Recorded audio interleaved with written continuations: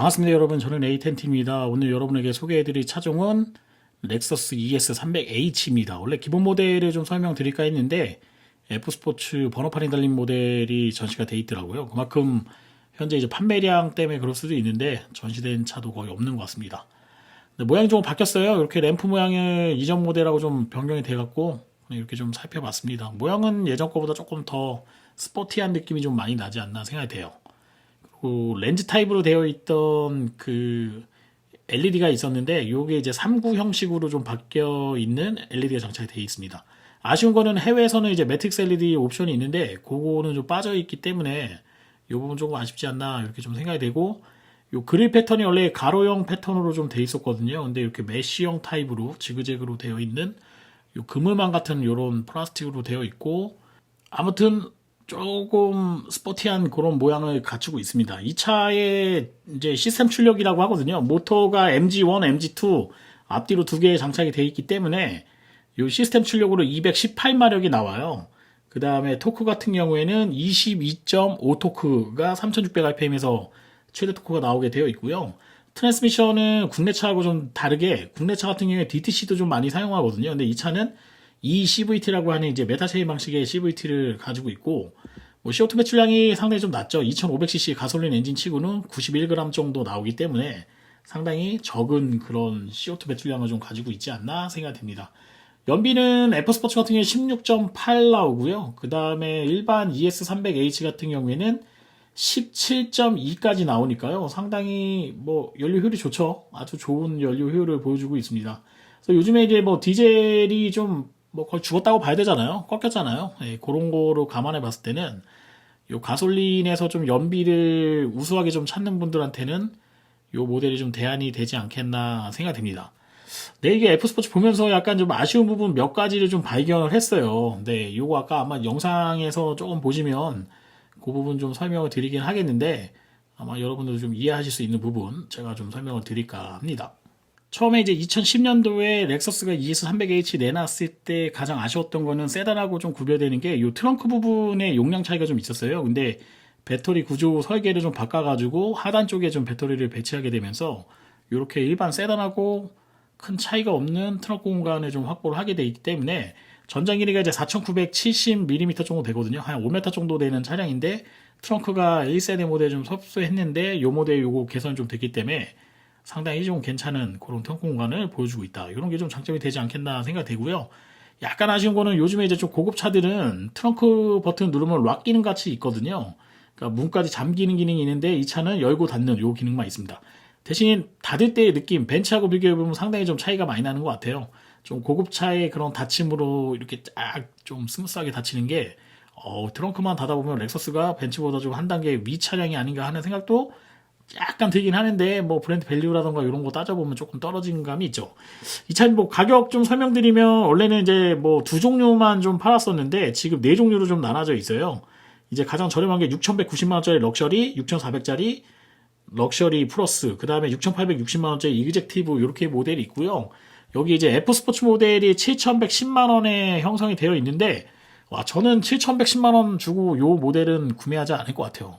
왜냐면은 제가 이제 옵션이라던가 이런 거 좀 많이 찾아봤는데, 이 차 이제 렉서스 타는 것 중에 가장 좋은 것 중에 하나는 이제 시트 옵션이거든요. 시트가 천연 가죽으로 일반 이제 럭셔리나 럭셔리 플러스는 그 천연 가죽이 들어가 있고, 이그제큐티브는 세미 알레린이라고 하는 아네릴 코팅이 되어 있는 부드러운 그런 나파 가죽 형식으로 해서 아주 부드러운 가죽이 들어가 있는데, F 스토츠는 요 인조 가죽 사용하고 있어요. 아마 요즘에 이제 그 벤츠에서 사용하는 아티코 가죽이나 뭐 BMW에서 사용하는 그런 인조 가죽 많이 보셨을 거라고 생각이 되는데, 렉서스는 조금 특이하게 상위 모델의 인조 가죽을 좀 사용하고 있습니다. 이게 루럭스라고 하는 이제 NULUXE라고 하는 이제 트레이드마크가 적혀 있는 렉서스가 제조하고 있는 그 인조 가죽이거든요. 그래서 요게 이제 미국에서 이제 루럭스 찾아보시면 요게 세미 알레닌 가죽보다 좋은 거냐 하는 요 이제 뭐 벌스 같은 이제 VS로 되어 있는 게 많이 나와요. 그래서 제가 좀 찾아봤는데 결국 좋다고 말하기는 좀 어려울 것 같습니다. 이게 장점이 루럭스 이제 인조 가죽의 장점은 딱 두 가지인 것 같아요. 탄소 배출량 적다는 거 하나, 그건 회사 입장에서 좋은 거고요. 그 다음에 뭐가 있냐면 여기 소재가 좀 가벼워요. 가볍다고 하는 게 모르겠습니다. 이 가죽이 막 다 덧댔다고 해서 차량 무게가 막 50kg씩 올라가거나 이럴 것 같지는 않거든요.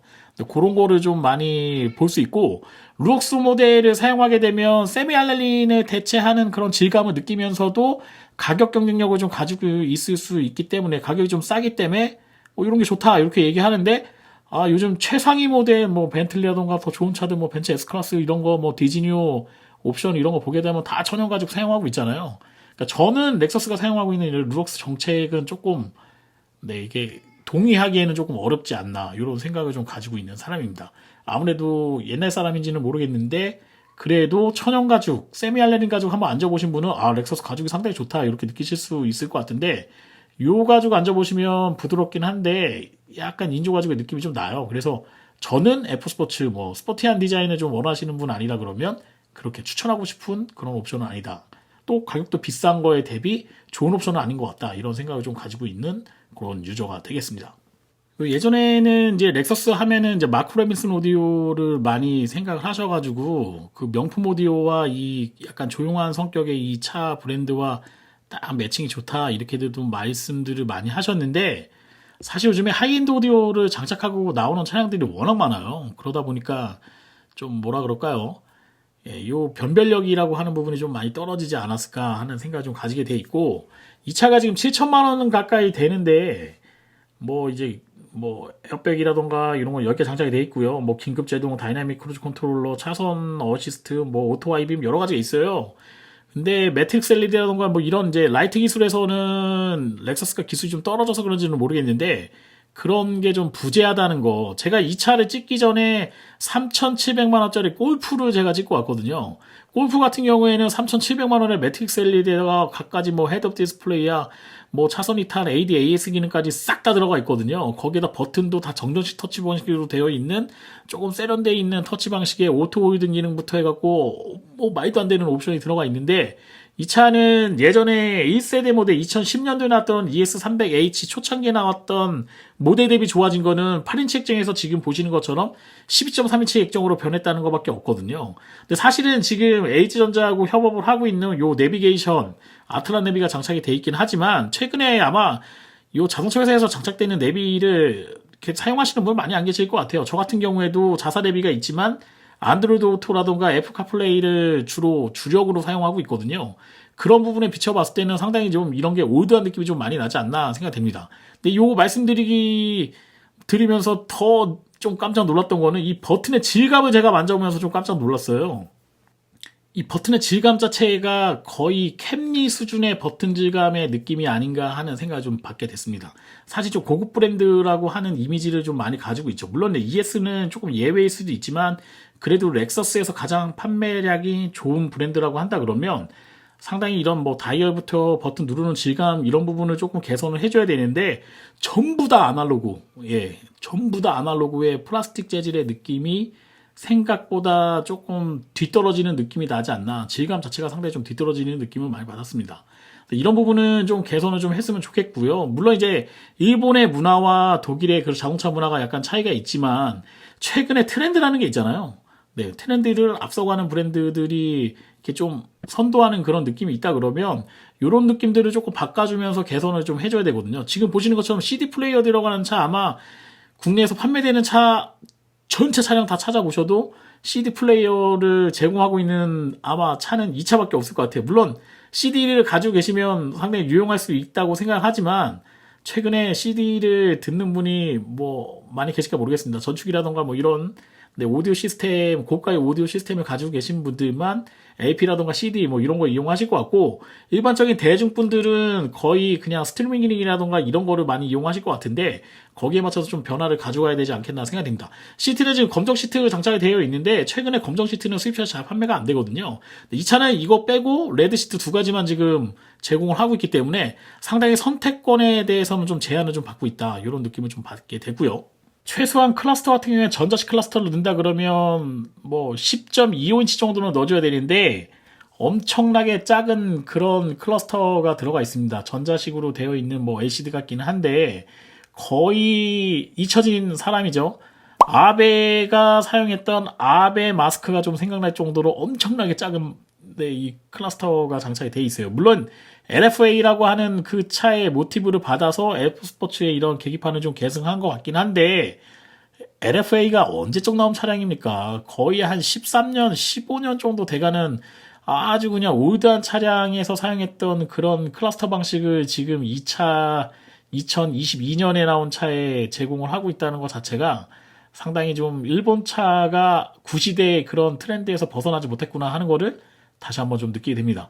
한 10년 전에 제가 경험했던 차량이랑 큰 차이가 없는 것 같아요. 좀 깜짝 놀랐어요. 지금 최근에 나온 골프라던가 이런 독일차의 최신 트렌드를 보다가 정말 10년, 15년 전에 나왔던 그 아날로그적인 감성을 그대로 어떻게 판매를 하고 있는지에 대한 좀 깜짝 놀람이 있었습니다. 그 다음에 가격은 원래 한 5,500만 원대나 5,700만 원대 시작했던 차량인데 뭐 물가 상승률이 있어서 그런지는 모르겠지만 여러 가지 옵션 대비로 봤을 때는 상당히 좀 많이 올라가 있는 상태가 아닌가 하는 생각도 잠깐 해보게 하는 그런 브랜드가 지금 보시고 있는 ES300H F 스포츠 모델 되겠습니다. 자, 마지막으로 총평하도록 하겠습니다. 뭐 옵션이라던가 이런 거 조금 떨어질 수 있어요. 네, 여러 가지 뭐 이거 리모컨 방식이라던가 이 트랙패드라던가 이런 거 좀 이질감이 있는 그런 옵션들 장착돼 있고 뭐 인조 가죽 시트, 루럭스라는 인조 가죽 시트도 장착이 되어 있지만 그래도 하이브리드만의 그런 장점, 네, 국산차도 못 따라가는 이런 내구성이라던가 또는 유지 관리비에서는 상당히 좀 저렴한 부분이 있거든요. 뭐 이런 거 종합적으로 생각해 봤을 때는 그냥 편안하게 탈 만한 차 중에서는 하나의 위시리스트는 되지 않겠나 생각이 듭니다.